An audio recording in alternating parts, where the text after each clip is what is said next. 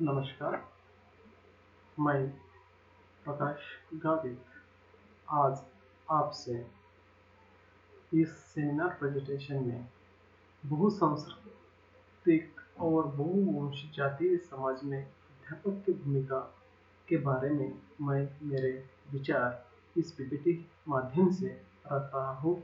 आप इसे ध्यान से सुनिए और जो बातें मैंने कही है उसमें क्या सही और गलत उसमें हम चर्चा करेंगे।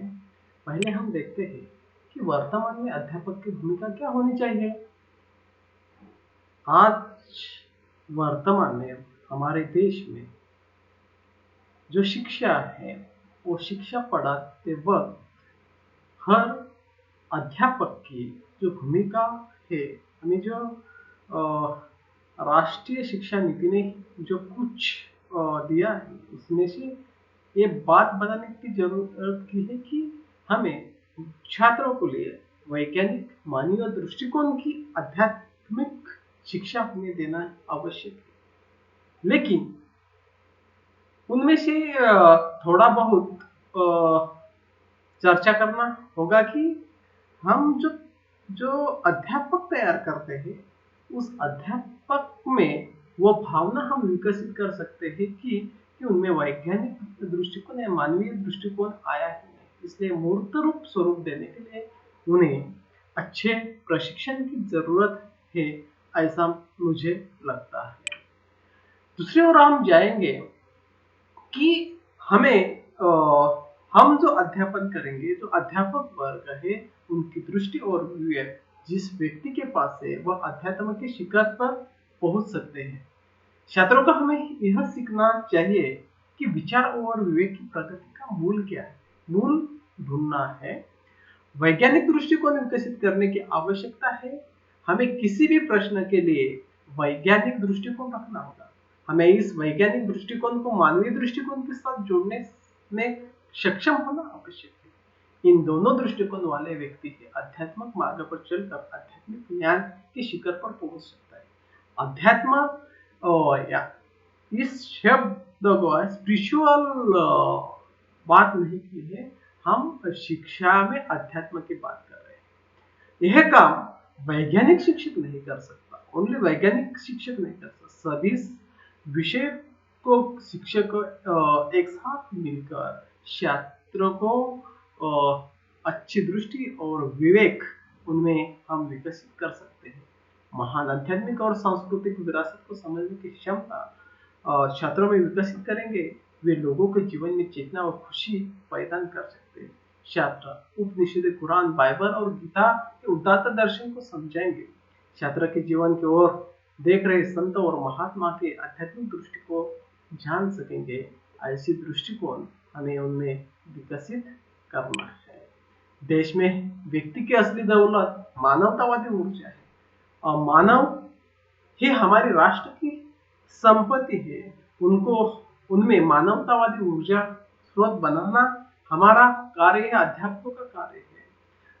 हमें उदाहरण पर देखना चाहिए कि जो छात्र है, छात्रों में हमेशा तार्किक प्रश्नों पर हमें जोर देना चाहिए, अध्यापक को जोर देना चाहिए। इसलिए छात्र में एक प्रकार की जिज्ञासा, वैज्ञानिक और सत्यवादी प्रवृत्ति बढ़ेगी, जिस पर हमारी शिक्षा प्रणाली में जोर देना आवश्यक है। सच क्या है, सच्चा जीवन कैसा होता है और झूठ की जगह सच्चाई को हमारे जीवन में कैसे ला सकता है। बड़े बड़े महात्मा विचारवानों ने और संशोधकों ने जो हमें विचार रखे, सच क्या है, सच कैसे ढूंढना है, अपनी अपने सदविवेक बुद्धि को उसने कैसे उजागर किया है, ऐसा ज्ञान हमें बच्चों में विकसित करना है।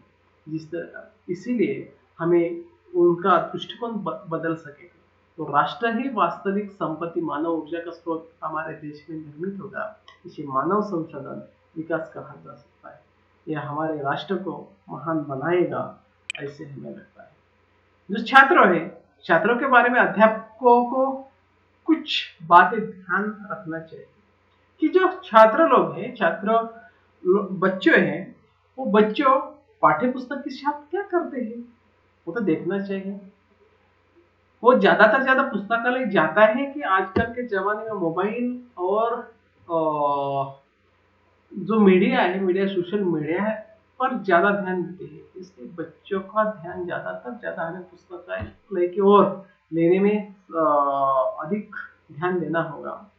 इसलिए उनमें ज्यादा वो सटीक ज्ञान मिलेगा।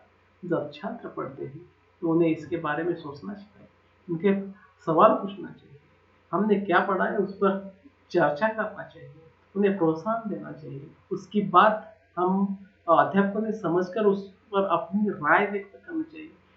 छात्रों को हमें अच्छे बातों पर उनकी राय पूछेंगे तो उनके बात करने का साहस बढ़ेगा, अपने अभिव्यक्ति को वो स्वतंत्र रूप से उजागर करेंगे।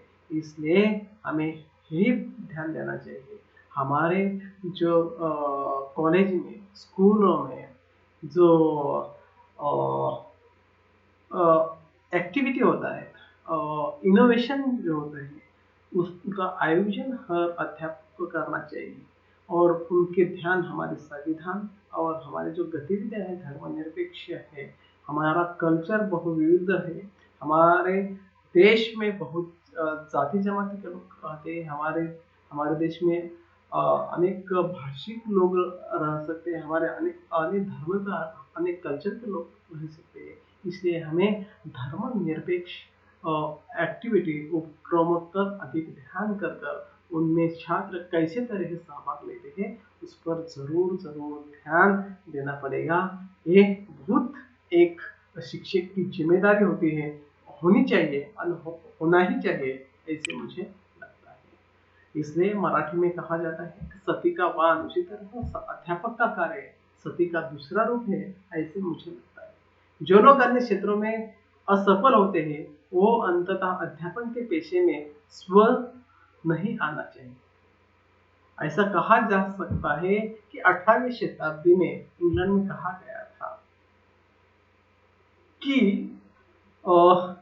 जो असफल व्यक्ति है वो शिक्षा में असफल व्यक्ति है वो बाद में शिक्षा के क्षेत्र में आता है, जो असफल व्यक्ति है वो असफल व्यक्ति ही शिक्षा में अध्यापक होके असफलता की बातें करेंगे तो हमारे छात्रों में नई दिशा, नई उड़ान हम कैसे भर जाएंगे। इसलिए हमारे सरकार, हमारी शिक्षा नीति में ये सोचना चाहिए, अच्छे अध्यापक, बुद्धिमान अध्यापक को इस शिक्षा में क्षेत्र में प्रेरित करना चाहिए।